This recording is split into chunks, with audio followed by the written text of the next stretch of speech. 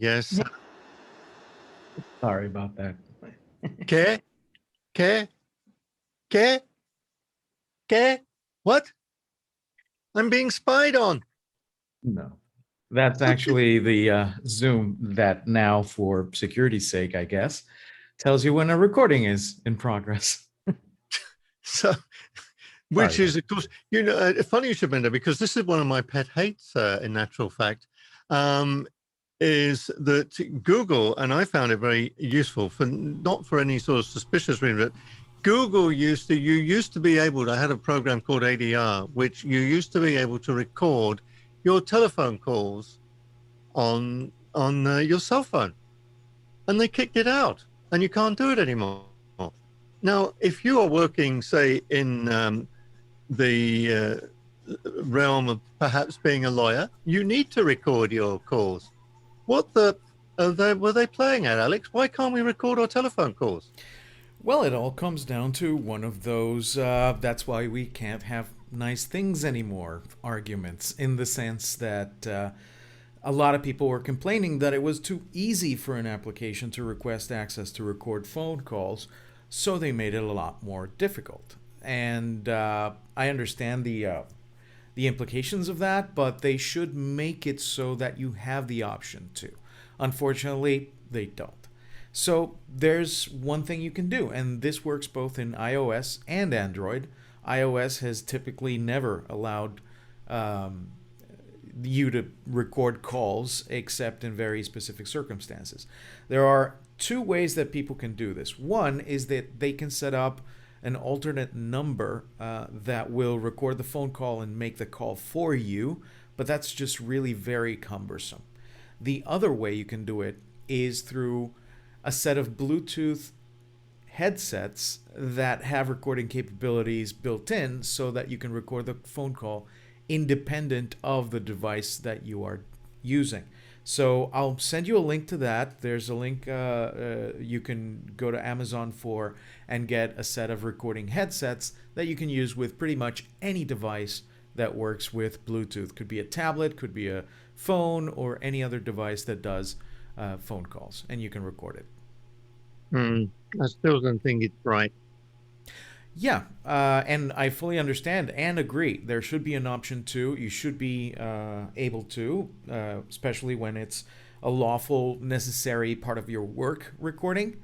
But unfortunately, that's why we can't have nice things anymore, because somebody misbehaved at some point, and then we all have to pay the consequences, unfortunately.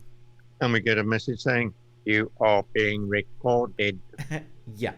And that's from Zoom. Every time you start a recording on Zoom, it's you, say, right? That's yeah, new. yeah, it is. It's a couple of weeks old, maybe.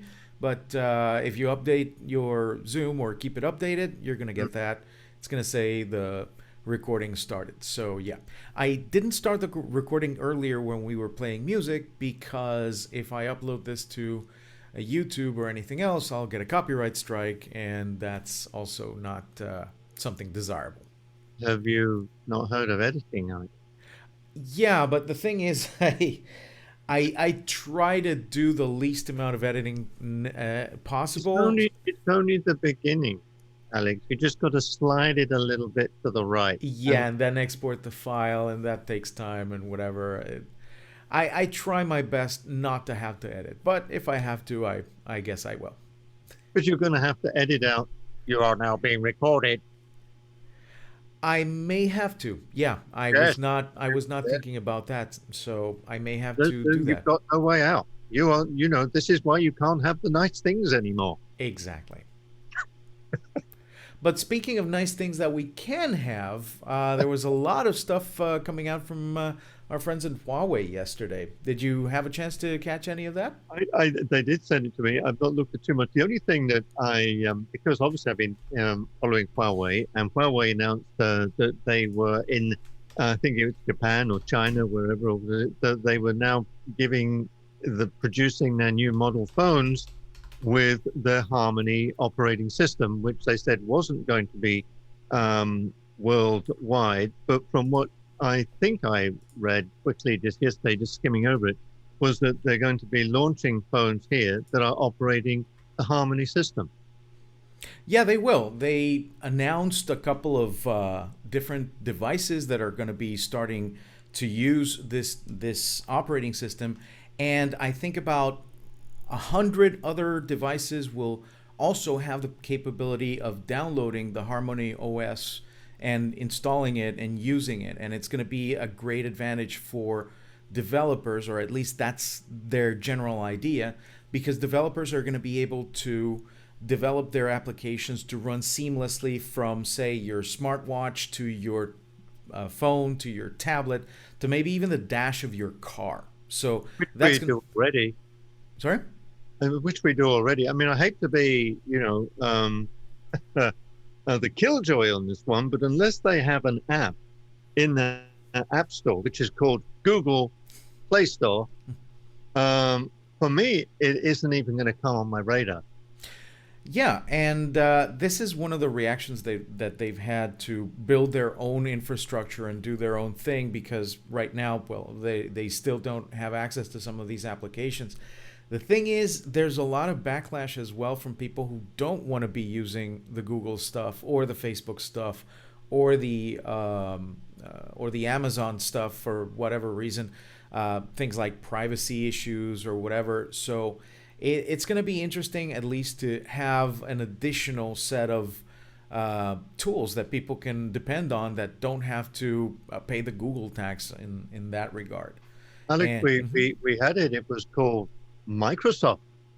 yeah, and Now, that's we one could of the things see. that people are thinking, not only Microsoft, but also BlackBerry, if you Uh-huh. remember. And at one point, BlackBerry had kind of capitulated and started allowing some Android apps to run on their operating system and so on. And some people thought that it was maybe too little too late. But what Huawei is doing is enabling Android apps to run inside the Harmony OS, almost like they're native. So in theory, you could use certain applications like Dual View, for example, and run Google apps within Harmony OS, like you can right now in Huawei devices that don't come with Google services built in. There are applications that will set up like a sandbox or a virtual environment where you can have even 2 or 3 different versions of the same apps, like Google Maps or YouTube or any other app like that, within an environment that's separate. So you can even keep separate Google accounts on a single phone that don't cross with each other or don't Let share me data with let, each let other. me ask you a simple question. Mhm. Why would I do that instead of just buying a Android phone?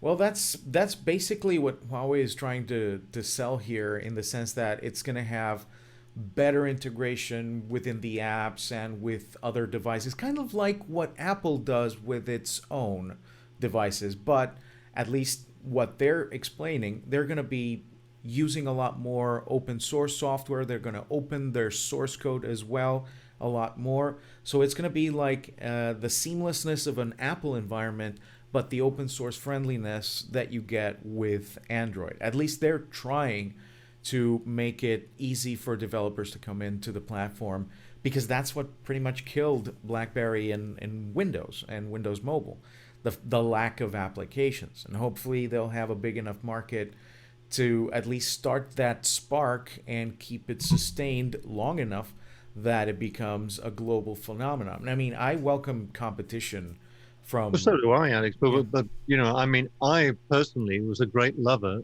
I used to love the Microsoft interface they had on their phone.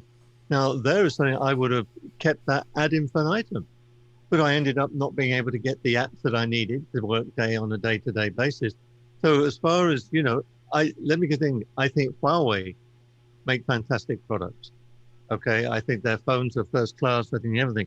But I have a business to run. You have a business to run. I have things that I need to do on my phone. And if the things aren't readily available to me right now, then I will be waiting another few years to see whether or not people do produce it. And in the meantime, why don't they take a case to the US, because I can understand if the United States don't want to buy their 5G equipment or whatever, that's fine. That's down to them. I can't understand it. I've never been able to get it. I call it almost a little bit like the thing with Cuba, an embargo of spite. Okay, they're being spiteful against Huawei. What's their 5G network got to be doing with the software that they're operating on their phone? It doesn't do anybody a service. The US have just given the go-ahead for Xiaomi to continue. Why are they not releasing the phone operating system of Huawei? Well, they are not taking this sitting down in the sense that you've heard of Honor, the separate brand that's kind of an offshoot of Huawei. Well, they're in Panama since a couple of weeks ago, and they're going to be offering their wares here. And Honor is separate enough from Huawei that it doesn't fall into these restrictions. So you're going to see a lot of Honor phones and tablets and devices and so on that will have access to Google applications with no issues. So I'm looking forward to that as well, because a lot of the times you'll see that you want to buy, for example, a Huawei phone, but you live in the US or whatever, you go to Amazon and you don't find them as easily, but you do find the equivalent Honor brand phone or smartwatch or watch band or anything like that. All the devices, even smart speakers and whatever, all the stuff that Huawei does, Honor also makes. It's kind of like Panasonic and Techniques, or all these side brands that are from the same manufacturer, but they have different marketing. They're kind of different family members of the same family. And in this case, Honor is going to probably pick up where Huawei leaves off in the US, and Huawei can still sell their stuff everywhere else in the world. And there's a lot of cross-pollination from both teams. So a lot of the security and innovation and whatever that Huawei does, you get from Honor, and all the market experience with the public and whatever that you can't get with Huawei devices in some places like the US or whatever, they get from Honor. So I think that's going to be an interesting dynamic to see as well, because have you had the opportunity to try the new system, Harmony system at all? No, I'm looking forward to it though. But I've seen some of the displays that they've shown and whatever, and it looks close enough to the same paradigm that we're used to with things like Android and Android Wear and so on. But it also seems to be able to deliver on things that we've been promised for a long time and don't necessarily work as seamlessly. Like, you see a lot of, for example, in movies, somebody's looking at something and they swipe like this and they throw it up on the screen and whatever. Oh, yeah. I want one of those. Exactly. It's not as easy as that right now. You do have things like there's some screen sharing in iPads.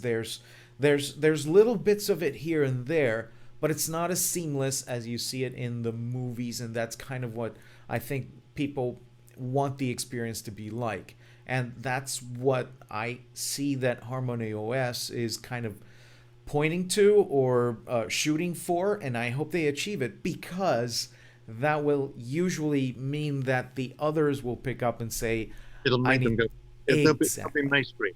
Exactly. And that's happened a lot before, and we've talked about it here in the show, where Apple happens to innovate in something whenever that happens, however, not so often it is, then Android starts emulating or copying or inspiring itself in it, and vice versa. There's a lot of stuff that was in Android that Android users would constantly pester iOS users that they didn't have, and iOS started getting some of those features.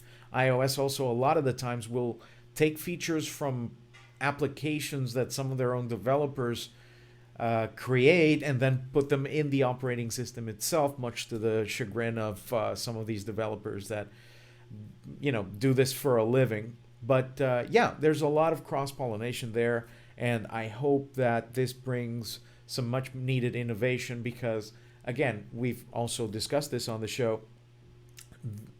Every year you see a new phone with a slightly better camera, slightly faster processor, slightly better battery life, and so on, but no major stuff that you go like, wow, this is really Um, something yeah. different. The And phones seem to have come to their limit of development as regards to form. it looks like that. And I'm sure somebody right now is probably working on the next best thing, and I hope they're lucky enough to bring it in the next couple of years to fruition. I I I I don't want to underestimate the power and the potential of mankind to do innovative things, and I'm sure something very innovative might be around the corner. And things like these, I think, spark that innovation, Mm. and hopefully that will happen soon. Yeah, I Speak. mean, this. Sorry, I was just going to say, this is the beauty, though, isn't it, of science fiction, the likes of Star Trek, like you mentioned, because we have this, we sort of say, oh gosh, yes, I want one of those, and then we go off and we try and develop it. I mean, look at the tricorder that you had in Star Trek, which now, it was like an old Motorola flip phone when you think about it. You think how advanced we are now. Well advanced. And I saw it on a program, can't remember which one, but it was like a cell phone. It just had a solid bar at the bottom, I guess, where all the gubbins was kept, and the rest of it was just a clear screen. And like you say, it just comes up on the clear see-through screen, and you can flip it around or whatever. I want one of those. And there's a lot of stuff that we might want. I mean, and it doesn't have to be just science fiction itself, even fantasy. I remember a movie from the 80s called Flight of Dragons with John Ritter, where it was an animated movie, but there's a very special part of it where they're talking about how magic and fantasy and such inspired human beings to actually create science. Things like you look at a crystal ball and see things that are happening, very far away, and then you invent television. You look at the crystal ball and see things that happened before, and you invent the tape to record said television. Mm-hmm. And there's so much that there's flying cars in the Bhagavad Gita, for example. So in fact, if I recall correctly, the word for airplane in China when they first saw the airplanes was like flying chariot, because they already had flying chariots in their folklore. So, Who are aliens? yeah, it's never aliens until it's aliens. But yeah, there's a lot of innovation that's potentially right now in the minds of people who are probably in high school right now or early college or whatever, and I hope to see a lot of that innovation coming up. And speaking of innovation, the other stuff that we wanted to talk about today was the Band 6 that just came out recently here in Panama. I've been trying it out, and it's pretty interesting. I'm a smartwatch user. I have the GT2 here, but one of the things that I like about this one is that the battery life is a little bit better, in the sense that you get 2 weeks battery charge out of regular use, and you can charge it for 5 minutes and use it for 2 days. So if you're going out over the weekend or whatever, you just leave it in the charger while you're showering or something like that, and you're all set. You don't need to do a lot. It's got about 96 different types of measurements for like exercise, all What's sorts that of thing? What's for doing what? exercise. How It's many? that thing we used to do some time ago when we did this other thing like going out or whatever. Or even if you're indoors, it can even measure things like how much you walked on a treadmill, which is interesting. I mean, there's a lot of What are engineering you, a going on. hamster? No, that's Hey, a wheel. my That, watch. This is dead serious. I mean, I have the Galaxy watch, which I Mhm. must admit has become, when I'm wearing an ordinary watch, Mhm. when my phone does something, I keep looking at my wrist. It's really annoying, Yeah. But yesterday, according to my watch, Mhm. I did 22 minutes and 15 seconds of cycling. What was I actually doing? I was actually preparing a pumpkin. I mean, they're pretty Okay. tough. They're pretty tough going. I mean, they got a hard, it took me 22 minutes, 15 seconds to prepare my pumpkin. But apparently, according to my watch, I had been cycling. I was very, very impressed because I show all my friends, look, look what I was doing last night. I don't want all, for me personally, I don't want all this. I want my heart rate. I must admit, I'm interested in the latest Galaxy Watch because it has much more what I would call health-related things for checking your blood, things to do with your blood, the amount of oxygen in your blood, these kind of things. For me personally, at my age, these are more interesting to me than how many pumpkins I've cycled. That is correct. That being said, I don't know if you remember the Huawei Watch GT2 through a software update enabled pulse ox, like SpO2, the oxygen in your blood measurement or whatever. But it's a one-time thing that you measure and so on. Right. With the Band 6, you get all day pulse oximetry readings, so you can actually have a chart and a graph and whatever every half hour or whatever it takes a data point. And it's interesting because it can tell you, your saturation's level is low. You should, work on that. Or it can tell you, hey, your saturation level is critical. You should see a doctor or something about that. So I bet it even tells the time, doesn't it? Oh yeah, it tells the time, Wow. and it's got a timer and a stopwatch and everything else. So it's really interesting. You can do a lot of things with it. It's really easy to use. And I've heard from people it's a lot easier to sleep with, to monitor your sleep. I mean, I don't have a problem sleeping with a large watch. It doesn't bother me at all. But a lot of people don't, and then they don't use the sleep monitor features of their smartwatches because of that. This is a lot more comfortable to wear, a lot lighter, so a lot of people are using it. Oh, and also this supports like 5 atmospheres, so you can dive up to, I think, 50 meters or something like that with it. You go to Mars? Maybe. I think the atmosphere on Mars is a little thin, though. But yeah. Oh, that's is that phone. For me, or is it somebody telling us we're recording again? No, it's. If it's the wife, I'm busy. Okay, I'll let her know. Just let her know. Yeah. So yeah, the screen's AMOLED, so it's pretty visible even in bright sunlight, and it's got an interesting price, around $55, and it comes with. That's good. That's very good. Who makes that? That's Huawei. That's the Huawei Band 6. Yeah, they just came out with it here in Panama. Does that work with an Android phone? And an iOS phone as well. Excellent. Okay, well that's very interesting. I mean, that's a very good price, isn't it? Yeah, and it comes with a free charger, battery charger, one of these power banks, and an umbrella for some reason, a Huawei umbrella. A real umbrella. Yeah, it's really tiny, but it kind of unfolds, and it's pretty useful. The watch tells you. It's an atmospheric thing. It does have a weather thing that you can consult at any time. So yeah, here it is. Yeah. Oh, and one of the things that people also enjoy, you can press a button here and have your phone ring, so you can know, even if it's on silent mode, where you left it, like between the sofa cushions or whatever. Oh yeah. Pretty useful. Yeah. And hey, I tell you what, because it's official.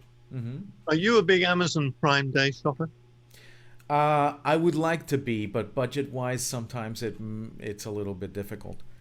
Because it's going to be June the 21st and 22nd. Yeah, I'm gearing up for that, trying to save up, spending a lot more time wiping windshields at the traffic light and so on. Yeah, I saw you the other day. Yeah, I told you to go away. Yes, and I did.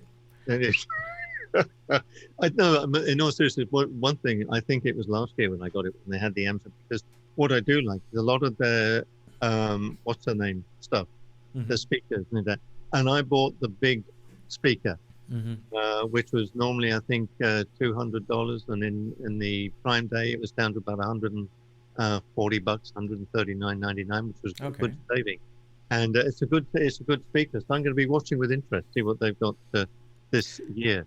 Yeah, Um, I hope that I see something that's within my budget, which is probably like $100 less than that. But yeah, I'll keep an eye out, and maybe I'll share some of those savings on my Twitter account or whatever if people are looking for. Oh, I didn't want to forget. I don't use that function, but my wife certainly does. It's got menstrual cycle monitoring on the band, so you can even oh, well, do that as.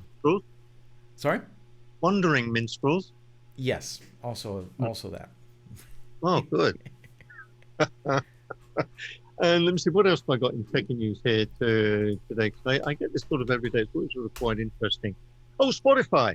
Only You. It's a feature that gives you a musical astrology reading. Yeah, it kind of pairs what you listen to and what crazy switches you make from like listening to from jazz to comedy to something else. The thing is, I've been listening to a lot of, I would say, I call it my work background music. It's mostly like chill hop or Hmm. lo-fi or whatever. I don't even care who I'm listening to. I don't even know who I'm listening to. I just enjoy the sound of Hmm. music that's kind of like, I think they call it furniture music in French or something like that, because it's just sits there. It's not really doing anything. If I listen to music with lyrics or things like that, I focus on the lyrics and the music, and then I don't get my Okay, work done. I got just the thing for you. Okay. He is an English composer, but I like a lot of chill out Mm-hmm. music, a lot of sort of ambient chill out music. And what I Mm-hmm. do like is I like clever music, which uses a lot of background sounds Mm-hmm. that you don't expect. A guy called Michael E, just the letter E, Okay. Michael E. I'll look for And that. I tell you what I use it for. I use it when I go to bed at night. I've got these really nice speakers. I can't remember if I told you about that. I bought these Roland, which is of course it's a professional music thing. Mm-hmm. And I was looking for a good pair of speakers and I couldn't find it. And I went to one of the big stores here in Panama. I thought, oh, I'd better get a decent pair of speakers from there. I'm not going to tell you which one, but it ends in photo. And Okay. I went in there and they had this sort of like very expensive small pair of Yamaha speakers, which had a nice glossy black finish. And I said, well, look, I'm looking for. I thought they'll probably do, and they were about $200 and something. So I thought, okay, give me a pair. No, they're the only ones we got. Okay, what else have you got? They had hundreds of sound bars. Okay, which is not exactly what I was looking for. And I must admit, the salesman came in and said, I said, well, where on earth can I go to get a professional, decent pair of speakers? He said, go over the road to La Nota. And so I did. I managed to sort of get around there later on that afternoon. I went in and in La Nota, they had a section of second-hand equipment, Hmm. stuff that people have obviously traded in when they bought new stuff or whatever. And I looked up and I saw these two sort of quite small speakers and a great big box with an amplifier in the back and whatever, made by Roland. Well, I know Roland is a great make. Mm-hmm. So it had a price of it was $160. And I said to the guy, I said, does this work? He said, oh yeah, no, it works fine, whatever. And I didn't even bother to listen to it. I said, okay, I'll take, because underneath that sticker, they had one which I had on for a little while, which is $320. Mm-hmm. So I got this. Alex is probably the best buy I think I've ever made. The power and the sound coming out of these. And this great big heavy box, which takes two people to carry, is a Mm-hmm. whoop. Oh. And it's got the back, it's got the amplifier, all the sockets for putting instruments in and everything like that. But the amount of sound comes out. I was very, very happy with myself. But I'm sort of getting off the subject, but I play this music Mm-hmm. on these through Bluetooth. And in actual fact, it's a Bluetooth receiver and transmitter, but it also, Sorry about that. I thought I told the wife I was busy. Is it Yasmin? Are you calling Alex? No. No? Oh, okay, Yeah. just checking. Um, but yeah, this transmitter, it converts, they've got like a 360-degree 3D sound effect. Uh-huh. Incredible. And this music by Michael E, you'll love it because of Oh. the different sounds, the different little inputs in there. Close your eyes. not when you're working, because you won't get much work done. But, I don't get that much work done anyway, so I don't think that that'll be much of a difference. But Oh, yeah, okay. I'll certainly look for it. But it is interesting because if for some people it does actually give you a better idea of what their musical tastes are like, Mhm. and there's an interesting part where you see what 3 artists you'd like to have for dinner or something like that. That would be That's also interesting for a cannibalism. lot. That's Now, kind of yeah. you can't eat artists for dinner. You're Yeah, not allowed. that is frowned upon in most places. But yeah, I would love to. I would love to have dinner with a couple of the artists that I listen to a Oh yeah. lot. So yeah, that would be interesting. And by the way, Michael Lee, Spotify, they got his music on there. Okay, I'll certainly look for it once. You know, play Michael E.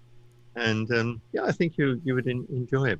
What else is going? Are you doing any sort of traveling? Is there any sort of events coming up? Well, I was supposed to. I was supposed to travel to Mexico these days, but it didn't. It didn't take. So I'm gonna be staying put for a while. I do hope. I pray that I get to travel to CES 2022. Mm. That's gonna be in January, and it's gonna be in person. So with all the necessary health precautions and whatever.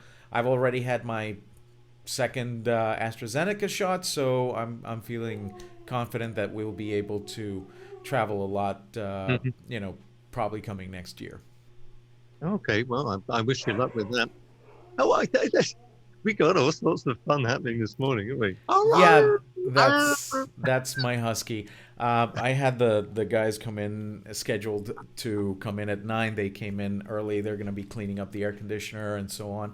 And that's Okay. probably the husky outside going like, "Who are these people? And why wasn't I told that they were coming? And why aren't they hugging me and petting me and being nice to me?" Love it. I love radio. And Alex, as always, thank you so very much. We'll chat next week, all being well. Great to be here. You got your jab, didn't you? Yeah, the second one. Oh, great, excellent. So, well, we'll have to get you in the studio one day. Awesome. Let me know. Yeah, definitely. All right, look, take care. Very interesting You too. morning. Thank you so much.